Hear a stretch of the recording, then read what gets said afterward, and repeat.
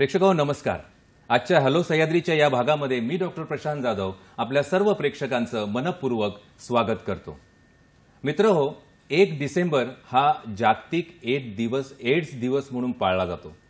जगभर फैलावलेल्या एड्स सारख्या एका आजाराबद्दल, जीवघेण्या आजाराबद्दलची एकंदरीत जनजागृती व्हावी हा एक शुद्ध हेतू यामागचा असतो। तसं घोषितच युनायटेड नेशन्स ऑर्गनायझेशन जे UNO आहे म्हणजे जागतिक राष्ट्र संघाने केलेलं आहे। एकंदरीत या रोगाबद्दलची एकंदरीत माहिती एकंदरीत जनसामान्यांना मिळावी व त्या रोगाबद्दलचं संक्रमणाबद्दलचं त्याच्या या सर्व गोष्टींचं एक जागरूकता निर्माण व्हावी, माहिती मिळावी या अनुषंगाने हा दिवस पाळला जातो। मित्रांनो, आपल्याला माहितीच आहे की एकेकाळी क्षयरोग म्हणा किंवा कर्करोग म्हणा या रोगांबद्दलचंही एक आकलन अशाच प्रकारचं लोकांमध्ये होतं। ते असाध्य असे आजार होते आणि जीवघेणे आजार होते। पण आता नजीकच्या काळामध्ये आपण जर पाहिलं तर क्षयरोग अगदी मूळ निच्चाटन त्याचं होण्याच्या मार्गावरती आहे, कारण त्याच्यावरील जे औषधोपचार आहे हे विकसित झालेलं आहे। तोच प्रकार साधारण कर्करोगाबद्दलचाही आहे, बऱ्याच अंशी नियंत्रणामध्ये आता ते आलेलं आहे। पण आता त्याची जागा HIV एड्स या आजाराने घेतलेली आहे। मित्रो, हा महाभयंकर रोग जो समजला जातो यामुळे याच्या संक्रमणाबद्दलचे असलेले गैरसमज लोकांमधले असलेले त्याचं आकलन यामुळे एड्स बाधित जी व्यक्ती असते किंवा संक्रमण ज्याला झालेलं असतं या व्यक्तीबद्दलचा एकंदरीत बघण्याचा दृष्टिकोन समाजाचा एक वेगळा होऊन जातो आणि त्या अनुषंगाने त्याला मिळणारी जी वागणूक असते ती कुठेतरी एक नकारात्मककडे झुकणारी वागणूक आपल्याला मिळते। एकंदरीत एक तिरस्कारपूर्ण वागणूक त्या व्यक्तीला मिळण्याची शक्यता असते। म्हणूनच फक्त जनजागृती कार्यक्रम करून पुरेसं नव्हतं आणि भारत सरकारने त्या निमित्ताने त्या अनुषंगाने एक कायदाही पारित केला 2017 मध्ये। तो कायदा म्हणजे HIV एड्स प्रतिबंध व नियंत्रण कायदा। याच कायद्याविषयी आज आपण इथे चर्चा करणार आहोत हॅलो सह्याद्रीच्या या भागामध्ये। मित्रांनो, आपण स्क्रीनवरती या विषयाला पाहू शकता। आपला आजचा विषय आहे HIV एड्स प्रतिबंध व नियंत्रण कायदा 2017। HIV एड्स प्रतिबंध व नियंत्रण कायदा 2017 आणि या विषयाविषयी आपल्याबरोबर चर्चा करण्यासाठी आज आम्ही इथे आमंत्रित केलेले आहे या विषयाचे सखोल ज्ञान असलेला व याचा प्रदीर्घ अनुभव या विषयाचा त्यांना असलेले ज्ञानेश्वरी सोनवणे मॅडम। अगदी अल्पशा परिचय मी त्यांचा करून देतो। मॅडम, तुमचं इथे स्वागत। एक अल्पशा परिचय जर मॅडमचा करून द्यायचा झाला तर Tata Institute of Social Science म्हणजे टाटा सामाजिक विज्ञान संस्थेमधून मास्टर्स इन सोशल वर्क म्हणजे MSW ही पदवी त्यांनी 1999 साली संपादन केली आणि diploma in mass communication and journalism ही पदवी त्यांनी संपादित केलेली आहे। सध्या त्या 2010 पासून मुंबई जिल्हे म्हणजेच मुंबई शहर व उपनगर हे दोन्ही गोष्टी त्याच्यामध्ये येतात। मुंबई जिल्हे एड्स नियंत्रण संस्थेचे उपसंचालक पदी त्या कार्यरत आहेत। अशा व्यक्तीकडून आपण आज हा विषय समजून घेणार आहोत, उलगडून घेणार आहोत आणि आपले काही प्रश्नांची उत्तरही त्यांच्याकडून मार्गदर्शन घेणार आहोत। चला तर मित्रो, या चर्चेला आपण पुढे नेऊया। मॅडम, पुन्हा एकदा आपलं या चर्चेमध्ये हॅलो सह्याद्रीच्या या कार्यक्रमामध्ये स्वागत। माझा पहिला प्रश्न मॅडम आपल्यासाठी आहे की आजचा विषय जो आपला आहे की HIV एड्स त्याच्याबद्दल प्रतिबंध आणि नियंत्रणचा जो कायदा आहे 2017 साली पारित झालेला, या कायद्याबद्दल आपण काय सांगाल एकंदरीत? नक्कीच सर, हा जो कायदा आहे तो राष्ट्रीय एड्स आणि STD नियंत्रण कार्यक्रम जो आपला चालतो त्या कार्यक्रमाच्या अंतर्गत हा कायदा बनवला गेलेला आहे। तर आपण विषयाच्या सुरुवातीला आपण समजून घेऊयात की राष्ट्रीय एड्स आणि STD नियंत्रण कार्यक्रम जो आहे त्याचे ह्या कायद्याच्या अनुषंगाने ध्येय आणि उद्दिष्ट काय आहेत। त्याला आपण इंग्लिशमध्ये आम्ही त्याला NACP म्हणतो। सध्या या कार्यक्रमाच्या 5व्या टप्प्याची अंमलबजावणी सुरू आहे आणि त्याच्यामधलं जे 5 क्रमांकाचं ध्येय आहे ते ध्येय आहे HIV संबंधित कलंक आणि भेदभाव दूर करणे। कलंक म्हणजे काय तर HIV संबंधित व्यक्तीच्या विषयीची असणारी नकारात्मक भावना किंवा नकारात्मक वृत्ती आणि भेदभाव म्हणजे काय तर ह्या नकारात्मक वृत्तीमधून येणारे जे कृत्य केलं जातं, जसं त्यांना कुठल्याही कार्यक्रमात न घेणं वगैरे आणि त्यांच्यावरती अन्यायपूर्ण वागणूक त्यांना देणं, तर असे जे भेदभावाची वर्तणूक आहे ते कुठेतरी आपल्याला दूर करायचे आहेत. त्याचबरोबर ह्या कार्यक्रमाचं जो उद्दिष्ट आहे त्या उद्दिष्ट क्रमांक 4 आपल्याला असं सांगतो की कलंक आणि भेदभावाच्या घटना ज्या HIV सह जगणाऱ्या व्यक्तींना किंवा जोखीमपूर्ण वर्तणूक असणाऱ्या व्यक्तींना सहन कराव्या लागतात त्या 10% पेक्षाही कमी व्हाव्यात. आणि ह्याच दृष्टिकोनातून आपण जसं सुरुवातीलाच प्रस्तावना केलेली आहे की नुकताच 1 डिसेंबर रोजी जागतिक एड्स दिन पाळला गेला, संपूर्ण जगभर पाळला गेला आणि दरवर्षी हा एड्स दिन पाळताना एक संकल्पना राबवली जाते. तर ह्या वर्षीची जी संकल्पना आहे ती संकल्पना म्हणजे टेक द राईट्स पाथ. म्हणजे काय तर हक्काचा मार्ग निवडा. हक्काचा मार्ग म्हणजे काय तर आरोग्य सेवा वगैरे जर मिळवायची असेल तर तिथे होणारा जो भेदभाव आहे तिथे तुमचे काय अधिकार आहेत ते जाणून घेणं गरजेचं आहे. तर त्यासाठीचं जो आपला जो विषय तुम्ही मला विचारला होतात की HIV एड्स कायदा 2017, तर तुम्हाला हे स्क्रीनवरती दिसेल एक लिफलेट आम्ही दाखवतो आहोत. त्याच्यामध्ये असं म्हटलेलं आहे की ह्याच्या अंतर्गत असणारे जे हक्क आहेत ते आपल्याला जाणून घ्यायचे आहेत आणि ते हक्क काय आहेत ते आपण आजच्या संपूर्ण चर्चेमध्ये जाणून घेणारच आहोत. तत्पूर्वी आपल्याला ह्या स्लाइडमध्ये आपल्याला दिसत असेल की ह्याच्या अंतर्गत तुमचे हक्क जाणून घ्या आणि मुक्तपणे जगलात का. एक सतत HIV सह जगणारी व्यक्ती सतत कोणता तरी भार मनावरती घेऊन जगत असते आणि त्या दृष्टिकोनातून आपल्यालाही जनजागृती करणं फार गरजेचं आहे. हा कायद्यामध्येच HIV आणि एड्स हे 2 शब्द आलेले आहेत. सर्वप्रथम आपण HIV आणि एड्स हे शब्द काय आहेत ते समजून घेऊयात, कारण ह्या कायद्याचं जे संपूर्ण नाव आहे ते human immunodeficiency virus and acquired immunodeficiency syndrome prevention and control act 2017 असं आहे. तर त्याच्यातला पहिला जो शब्द आहे HIV तो आपण समजून घेऊयात. HIV मधला H म्हणजे ह्युमन म्हणजे मानवातील, इम्यून म्हणजे आय म्हणजे इम्युनोडेफिशियन्सी, व्ही म्हणजे व्हायरस म्हणजे मानवी शरीरामधील रोगप्रतिकारक क्षमता कमी करणारा विषाणू. आपल्याला स्क्रीनवर दिसत असेल त्या विषाणूचं चित्र इथे दाखवलेलं आहे. आपल्या शरीरामध्ये तुम्हाला माहितीच आहे की 2 रक्तपेशी असतात, एक लाल रक्तपेशी आणि सफेद रक्तपेशी. आपल्या देशाच्या सीमेवरती सैनिक ज्या पद्धतीनं आपल्या देशाचे संरक्षण करण्यासाठी लढत असतात, कुठलाही बाहेरचा शत्रू आला तर पहिला त्यांच्यावरती अटॅक करणारे आपले सैनिक असतात ज्यांच्यामुळे आपलं देश सुरक्षित राहतो.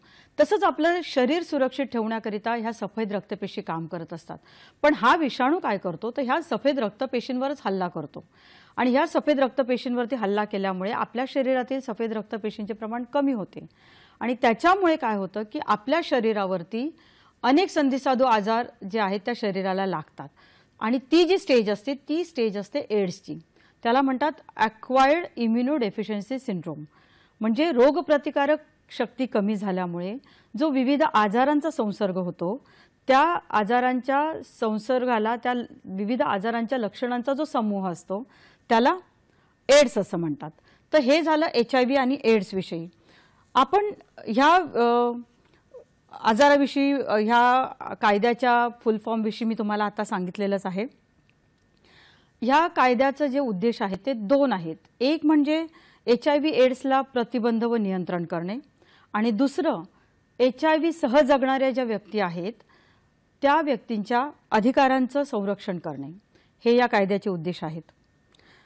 आणि ह्या कायद्याअंतर्गत एक महत्त्वाची व्याख्या देण्यात आलेली आहे ती म्हणजे जे HIV सह व्यक्ती जगतायत, HIV सह जगणाऱ्या व्यक्तींमध्ये HIV पॉझिटिव्ह व्यक्ती, पॉझिटिव्ह म्हणजे काय तर ज्यांची चाचणी जी आहे ती पॉझिटिव्ह आलेली आहे आणि त्यांच्या शरीरामध्ये विषाणू आहेत असे व्यक्ती, अधिक ती व्यक्ती ज्या घरात राहते त्या घरातील कुटुंबीय किंवा इतर नातेवाईकांसोबत राहत असेल, मित्रमैत्रिणींसोबत राहत असेल किंवा त्यांच्याबरोबर राहून गेलेली व्यक्ती असतील, ह्या सगळ्या व्यक्तींना ह्या कायद्याच्या अंतर्गत संरक्षित व्यक्ती म्हणून संबोधलं गेलेलं आहे. कारण आपण आतापर्यंत जर बघितलं असेल तर कलंक आणि भेदभावाच्या ज्या गोष्टींना बळी पडावं लागलेलं आहे, ज्या घटना घडतात त्या HIV पॉझिटिव्ह व्यक्तीबरोबरच नाही तर त्यांना घरात ठेवल्यामुळे त्यांच्या घरातील व्यक्तींना सुद्धा ह्या गोष्टींना सामोरं जावं लागतं. त्यामुळे ह्या कायद्याअंतर्गत ह्या सर्व व्यक्तींना संरक्षित व्यक्ती असं संबोधलं जातं. अतिशय विस्तारपणे आपण या सगळ्या गोष्टींबद्दल सांगितलं. म्हणजे एकंदरीत ज्याला आपण प्रतिबंध आणि नियंत्रणासोबत एक भेदभावाची वागणूकही कुठेतरी त्याच्यावरती अंकुश यावा, हाही या कायद्यामागचा हेतू नक्कीच आपल्याला दिसतो. मॅडम, HIV हा जो कायदा आहे, हा जो आलेला कायदा आहे, या कायद्याची साधारण अस्तित्व हा सुरू कधी झाला आणि त्याचं महाराष्ट्रात त्याचं साधारण अंमलबजावणी कधीपासून सुरुवात झाली? नक्कीच सर. हा जो कायदा आहे तो 10 सप्टेंबर 2018 रोजी संपूर्ण देशभरात लागू झालेला आहे. म्हणजे हा संपूर्ण देशभरात लागू आहे की केंद्रशासित प्रदेश वगळता किंवा जम्मू काश्मीर वगळता असे जे बाकीचे कायदे असतात तसे याचं स्वरूप नसून संपूर्ण भारतभर हा कायदा लागू आहे. आणि महाराष्ट्रात याची अधिसूचना जी आहे ती 28 नोव्हेंबर 2022 रोजी काढण्यात आली. अच्छा. साधारण या कायद्याची हे कायदा आणण्याची गरज का भासावी, काय सांगाल मॅडम? सर, हा खूप महत्त्वाचा प्रश्न आहे.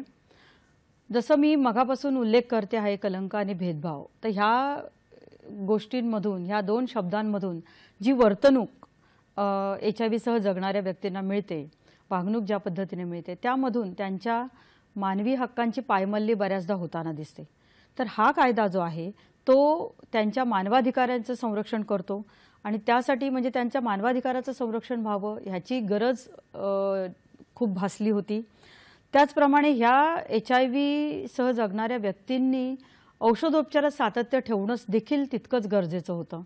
त्यामुळे ती एक गरज होती. आणि तिसरं आणि महत्त्वाचं कारण जर आपल्याला बघायचं झालं तर जे HIV सह जगणारे व्यक्ती आहेत त्यांचीही कुठेतरी एक नैतिक जबाबदारी आहे की ह्या कायद्याच्या संदर्भामध्ये हा जो विषाणू त्यांच्या शरीरात आहे तो विषाणू दुसऱ्याच्या शरीरात न जाऊ देणं ही एक नैतिक जबाबदारी त्या व्यक्तीची देखील आहे. उदाहरण द्यायचं झालं तर एकापेक्षा अनेक व्यक्तीबरोबर असुरक्षित संबंध ठेवणे. असुरक्षित संबंध म्हणजे काय, तर निरोधचा वापर न करता ठेवले गेलेले संबंध.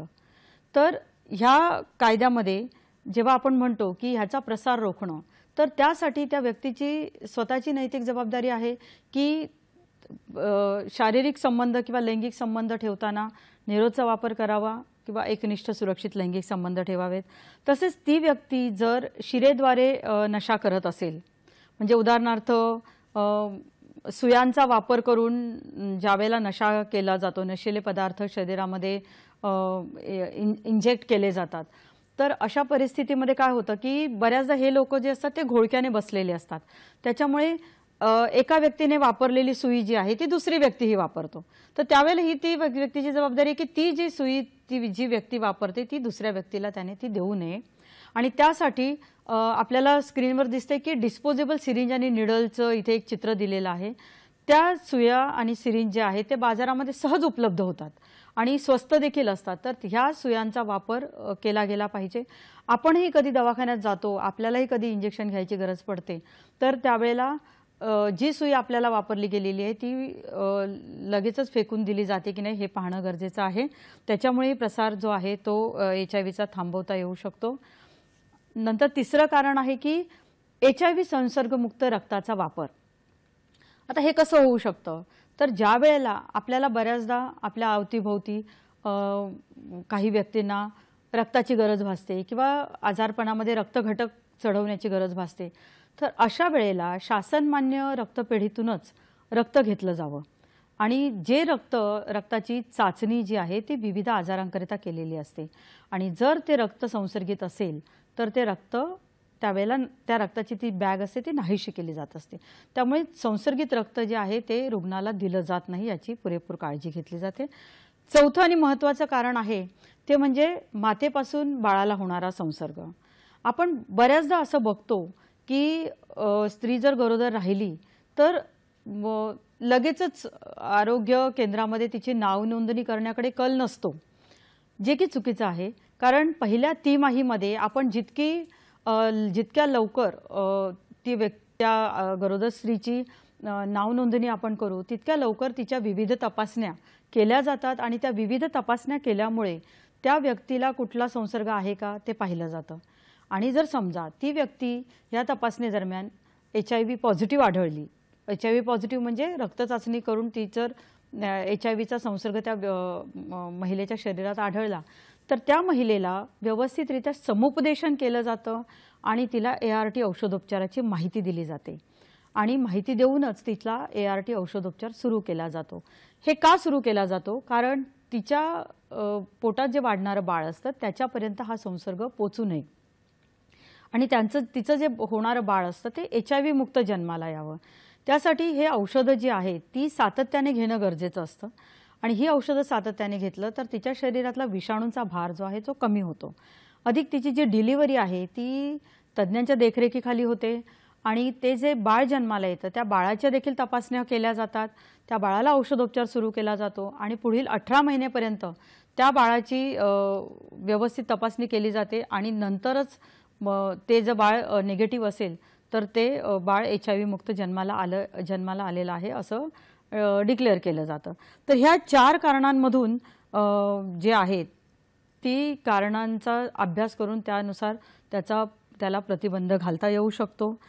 त्याचबरोबर या कायद्यामध्ये जे आहेत जे आरोग्य सेवा प्रदान करतात त्यांच्याही हक्कांचा विचार केला गेलेला आहे.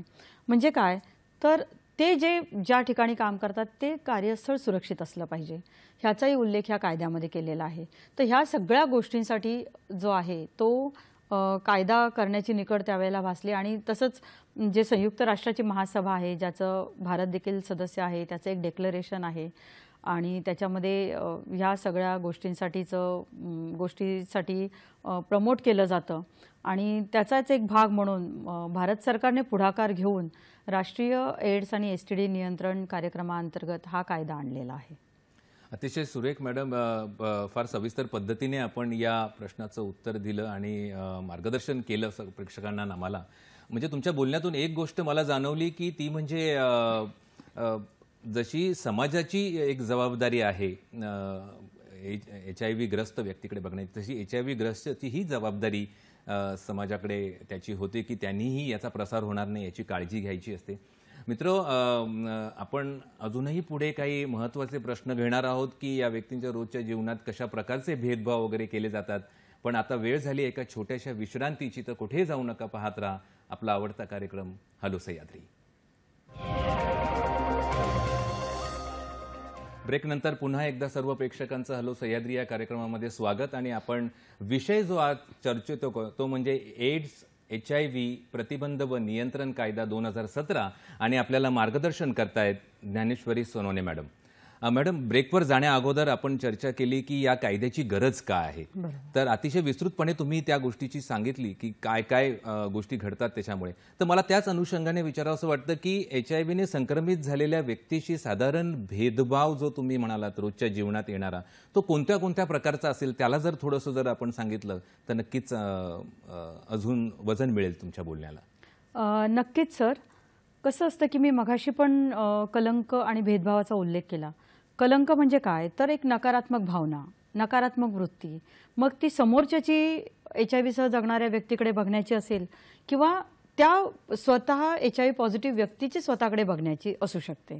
कारण स्वकलंक हा पण तितकाच काम करतो ह्या सगळ्या गोष्टींमध्ये आणि त्याच्यामुळे काय होतं की समाजामध्ये वावरणं किंवा सार्वजनिक ठिकाणी जाणं ह्या गोष्टी ती व्यक्ती स्वतःहूनच बंद करते.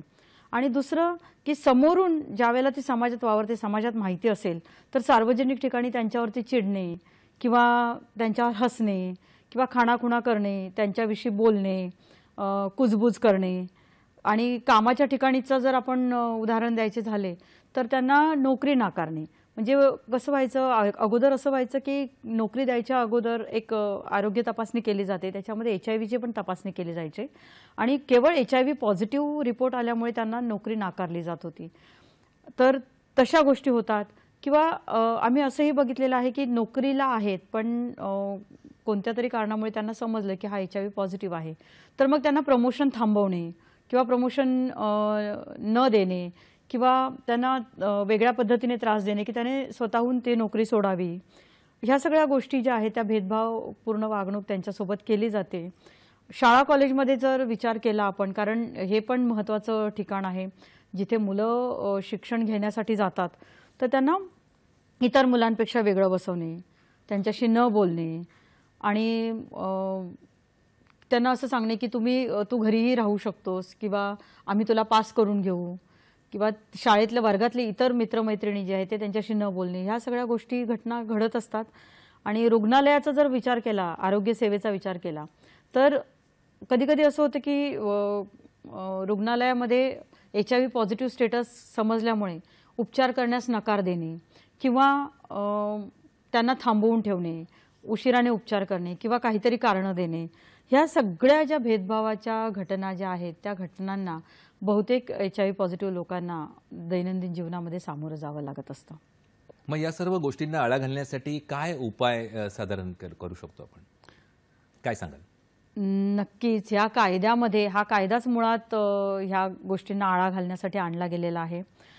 रुग्णालये असू देत, कार्यालय असू देत, शाळा, महाविद्यालय, घर, बाजार, संमेलन, नाट्यगृह असू देत, पिक्चरचे थिएटर असू देत, कुठेही त्यांना जाण्यापासून, सार्वजनिक ठिकाणी जाण्यापासून किंवा एखादी पोझिशन ग्रहण करण्यापासून त्यांना कोणीही अडवू शकत नाही.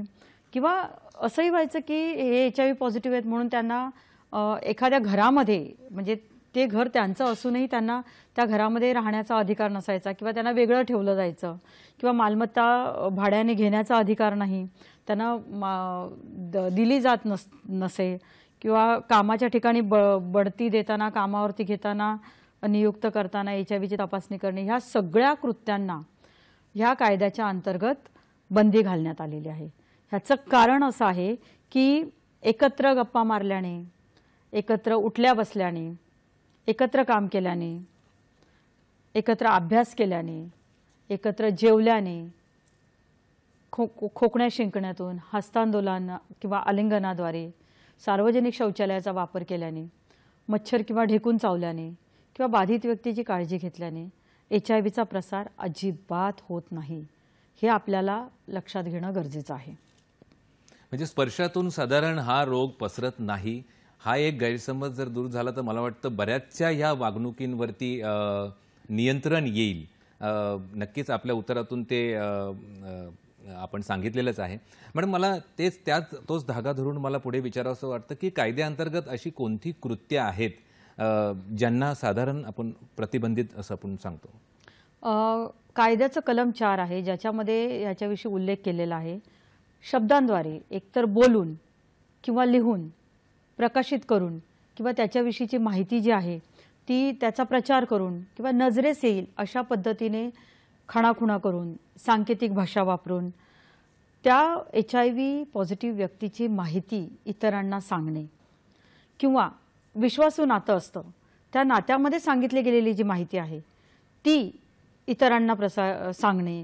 उदाहरण द्यायचं झालं तर आम्ही एक अशी केस बघितलेली आहे की त्याच्यामध्ये दोघी मुली ज्या होत्या त्या एकाच म्हणजे घरातील होत्या आणि नात्यांमधल्या होत्या आणि त्या मुलीने विश्वासाने आपलं जे HIV पॉझिटिव्ह स्टेटस आहे ते तिच्या नातेवाईक मुलीला सांगितलेलं होतं आणि तीही तिला मानसिक आधार वगैरे भरपूर देत होती.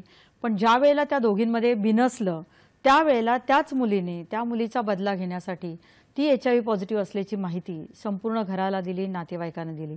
तर हे जे विश्वासू स्वरूपाच्या नात्यांमध्ये सांगितलेली जी माहिती आहे ती इतरांना पसरवणे ही देखील कायद्याने गुन्हा आहे.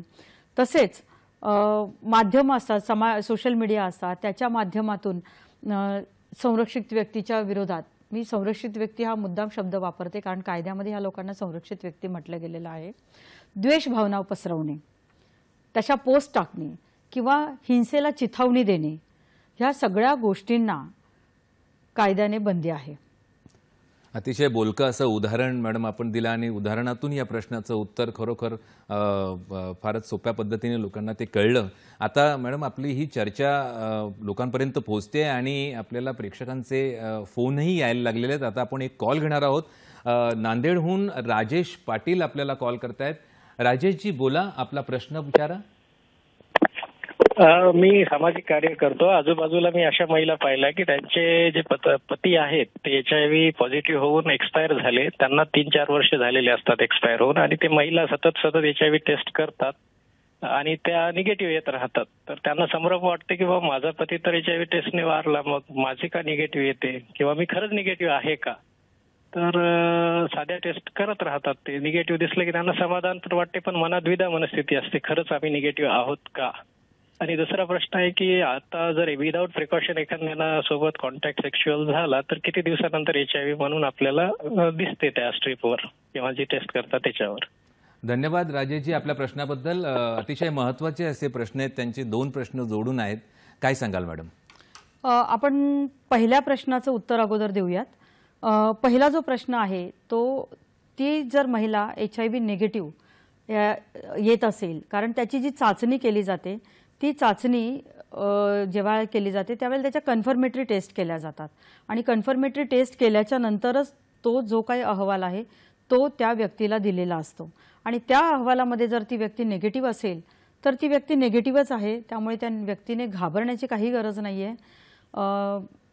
आता ह्याच्यामध्ये महत्त्वाचं एक असं आहे की जर एखाद्या व्यक्तीचं वागणूक ही जोखीमपूर्ण वागणूक असेल. जोखीमपूर्ण वागणूक म्हणजे काय की एकापेक्षा अनेक व्यक्तींबरोबर असुरक्षित लैंगिक संबंध, जसं मी अगोदरही म्हटलेलं आहे की निरोध न वापरता करत असेल तर ते जोखीमपूर्ण वागणूक असेल तर मग त्या केसमध्ये जरी निगेटिव्ह आली तरी त्या व्यक्तीने दर 3 महिन्यांनी तपासणी करून घ्यावी, जेणेकरून तिचं जे HIV स्टेटस आहे ते समजून येऊ शकतं. आता राहिला तुमचा दुसरा प्रश्न की जर समजा लैंगिक संबंध आल्याच्या नंतर किती दिवसामध्ये याची टेस्ट, असंच तुम्हाला म्हणायचं होतं मला असं वाटतं. तर जर समजा असुरक्षित लैंगिक संबंध झाला असेल तर त्याची चाचणी तुम्ही जवळच्या ICTC केंद्रामध्ये जाऊन केली पाहिजे आणि तिथे केल्याच्या नंतर तुम्हाला प्रत्येक HIV विषाणू ज्यावेळेला आपल्या शरीरात जातो त्यावेळेला त्या विषाणूचं जे आहे त्या एक विंडो पिरियड असतो. म्हणजे ती आपल्या शरीरात गेल्याच्या नंतर कमीत कमी 3 महिन्याचा कालावधी लागतो की ज्यावेळेला त्या तुमच्या शरीरामध्ये अँटीबॉडीज तयार होत असतात. त्यामुळे तुम्ही टेस्ट केल्याच्या नंतर 3 महिन्यांनी टेस्ट केल्याच्या नंतर त्याचे तुम्हाला रिपोर्ट कळू शकतात. तर तुम्हाला त्याविषयी शंका असेल तर तुम्ही रिपीट 3 महिन्यांनी चाचणी करू शकता. अतिशय समर्पक असं उत्तर आपण दिलेलं आहे मॅडम. हाच धागा धरून पुढे प्रश्न जो येतो तो आता चाचणीबद्दल त्यांनी विचारलंच होतं. तर HIV चाचणी त्या व्यक्तीच्या संमतीशिवाय केली जाऊ शकते की संमतीची गरजच असते? हा फार महत्त्वाचा प्रश्न आहे सर. HIV चाचणी जी आहे ती त्या व्यक्तीच्या संमतीशिवाय केली जाऊ शकत नाही. त्याला आपण सूचित संमती म्हणतो. ज्या वेळेला ती व्यक्ती HIV चाचणीकरिता येते त्यावेळेला तुम्हाला स्क्रीनवरती एक मला स्लाइड दाखवायची आहे की त्या व्यक्तीचं जे आहे ते सर्वप्रथम समुपदेशन केलं जातं. म्हणजे ती चाचणी ते नेमके कशासाठी करतायत याची माहिती त्यांना दिली जाते आणि त्याच्यानंतर त्या व्यक्तीची चाचणी होते. त्या व्यक्तीची चाचणी केल्यानंतर जो काही रिपोर्ट येतो तो रिपोर्ट ज्याला आपण पोस्ट टेस्ट काउन्सिलिंग म्हणतो ते रिपोर्ट सांगण्यासाठी त्यांना पुन्हा एकदा समुपदेशन केलं जातं आणि हे समुपदेशन मग ते पॉझिटिव्ह असलं तरी केलं जातं आणि निगेटिव्ह असलं तरी केलं जातं. निगेटिव्ह असेल आणि जर त्या व्यक्तीचं त्या समुपदेशकाला वाटलं की त्या व्यक्तीचं वर्तणूक जे आहे ते जोखीमपूर्ण आहे तर त्या व्यक्तीला समुपदेशक सांगू शकतात की पुढील 3 महिन्यांनी अजून एकदा चाचणी करून घे.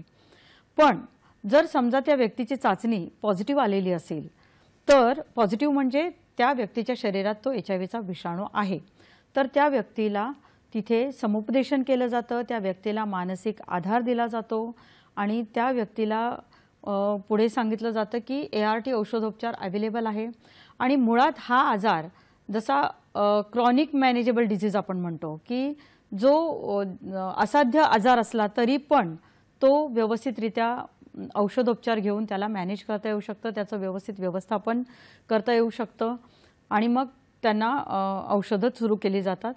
मुंबईमध्ये जर आपण बघायला गेलं तर सरकारी आणि निमसरकारी रुग्णालयात एकात्मिक समुपदेशन आणि चाचणी केंद्र आहेत.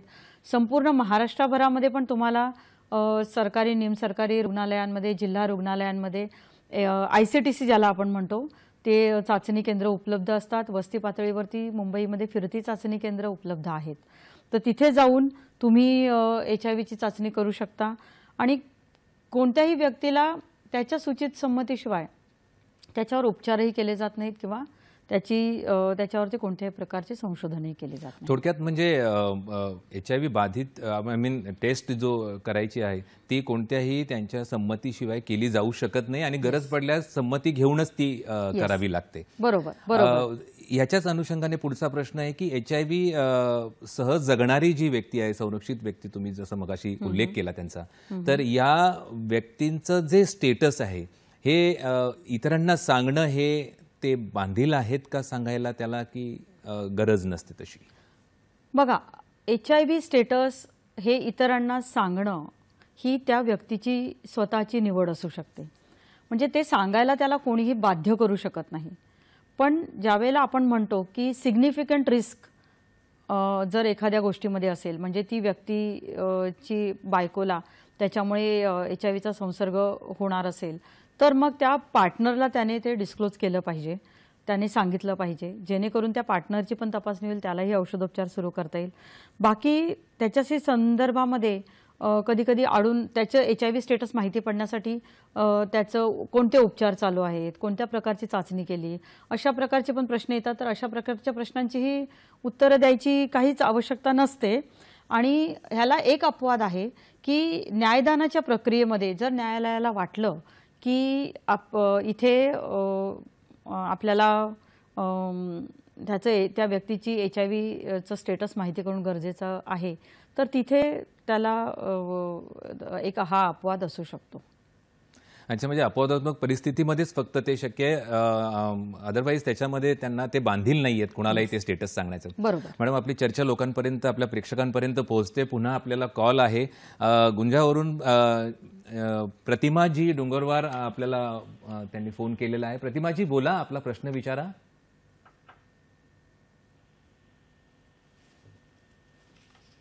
प्रतिमाजी, आपला प्रश्न विचारा.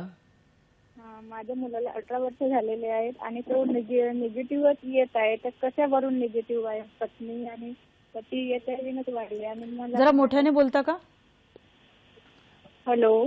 हा, जरा मोठ्याने बोला. मुलाचं वय किती आहे तुमच्या? मुलाचं वय काय म्हणालात? मुलाला 18 वर्ष झाले आता. 18 वर्ष झालेली आहेत. आणि त्या जरा स्पष्टपणे आपला प्रश्न विचारला तर आमच्यापर्यंत तो व्यवस्थित पोहोचेल. सलग विचारा. मुलगाला पती याच्यावरूनच वाढले आणि मला पण आहे. अच्छा. मुलगा का आता 18 वर्ष झाले तर केले तर टेस्ट निगेटिव्हच येते. तर कशावरून निगेटिव्ह येते? तर त्याला अजून होऊ शकते असं माझ्या शंका आहे. शक्यतेबद्दल ते विचारतायत. धन्यवाद आपल्या प्रश्नाबद्दल. बघा ताई, एक लक्षात घ्या की ज्या वेळेला ह्या मुलाचा जन्म झाला असेल त्यावेळेला कदाचित HIVचा संसर्ग तुम्हाला नसेल, त्याच्यामुळे तो मुलगा जो आहे तो HIV मुक्त जन्माला आला असेल. आणि त्याचे तुम्हाला जसं आम्ही म्हटलं की ह्या ज्या राष्ट्रीय एड्स आणि STD नियंत्रण कार्यक्रमामध्ये पूर्ण कुटुंबाची चाचणी केली जात असते आणि त्यांचा पाठपुरावा केलेला असतो की ते होणारे बाळ, म्हणजे जी मुलं असतात त्या जोडप्याला, त्या मुलांची पण तपासणी केली जाते. जर त्याची तपासणी निगेटिव्ह येत असेल तर त्याचा अर्थ ते तुमचा जो मुलगा आहे तो HIV मुक्त आहे. त्याच्यामुळे तुम्ही त्याचं टेन्शन घेण्याची गरज नाहीये.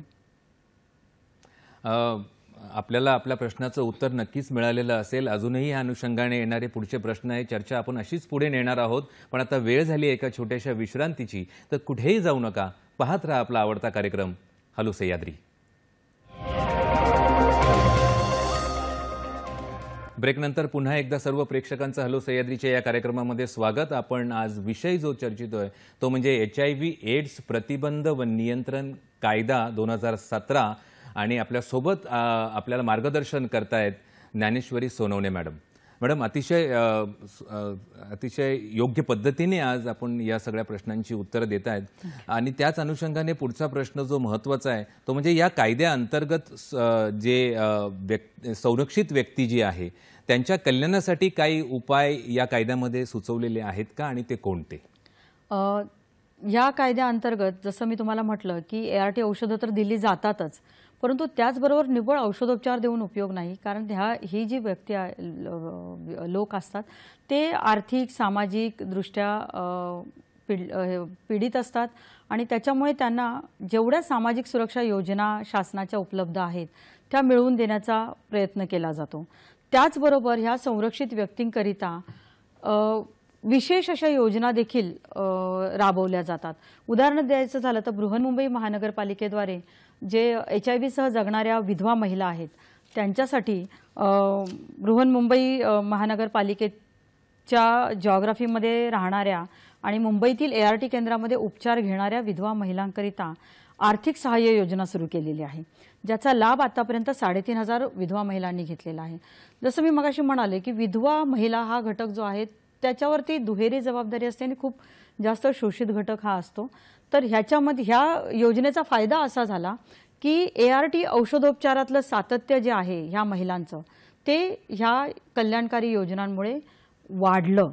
कारण काय, ह्या योजनेचा निकषच आम्ही असा ठेवला होता की त्या महिलेचं जर ART औषधोपचारामध्ये सातत्य असेल तरच त्या महिलेला हे योजना मिळणार आहे.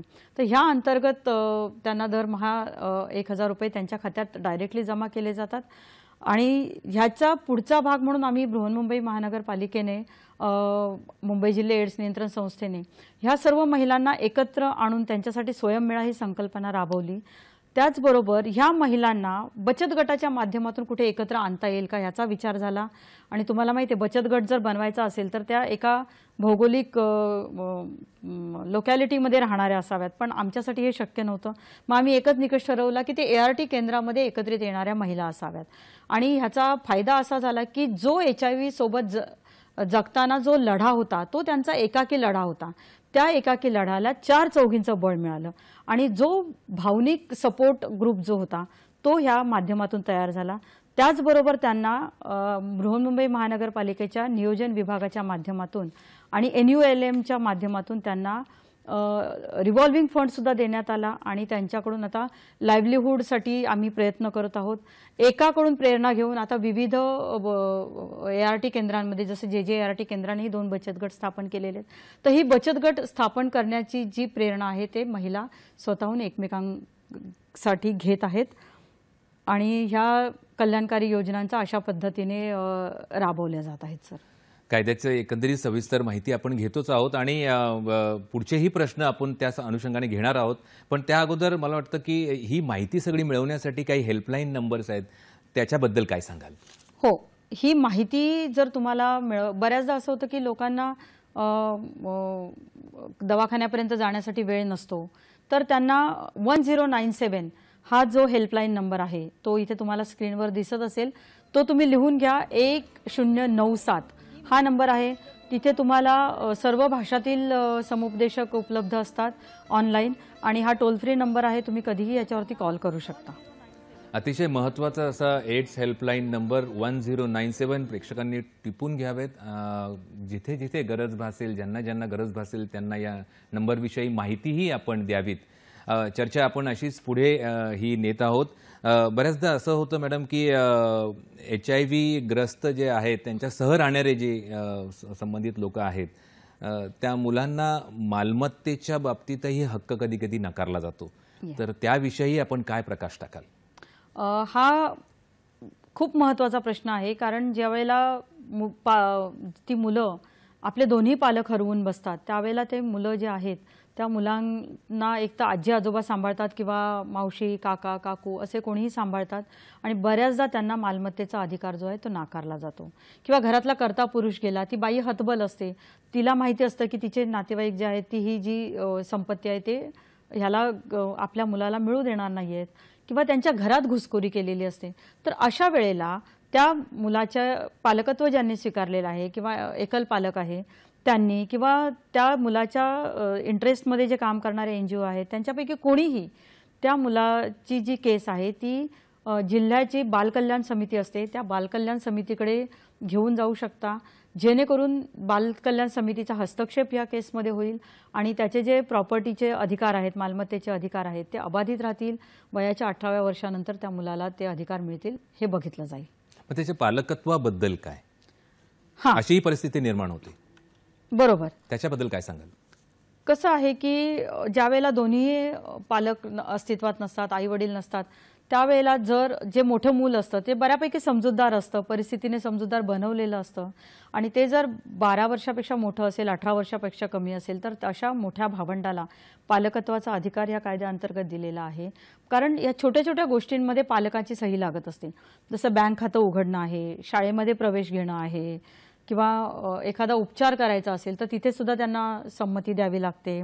मालमत्तेचं जसं मी आता म्हटलं की मालमत्तेचं व्यवस्थापन करायचं किंवा इतर कोणत्याही कारणासाठी हे जे मोठं भावंड आहे त्याला पालकत्वाचा अधिकार या कायद्यामध्ये देण्यात आलेला आहे. सर, खूप छान. साधारण या कायद्याची अंमलबजावणी कशा प्रकारे केली जाते, थोडक्यात काय सांगाल? हा कायदा जो आहे तो आपण आतापर्यंत बघितलेला आहे. ह्या कायद्याची अंमलबजावणी करण्यासाठी तक्रार निवारण यंत्रणा उभारणं ही अत्यंत आवश्यक गोष्ट ह्या कायद्यामध्ये नमूद आहे.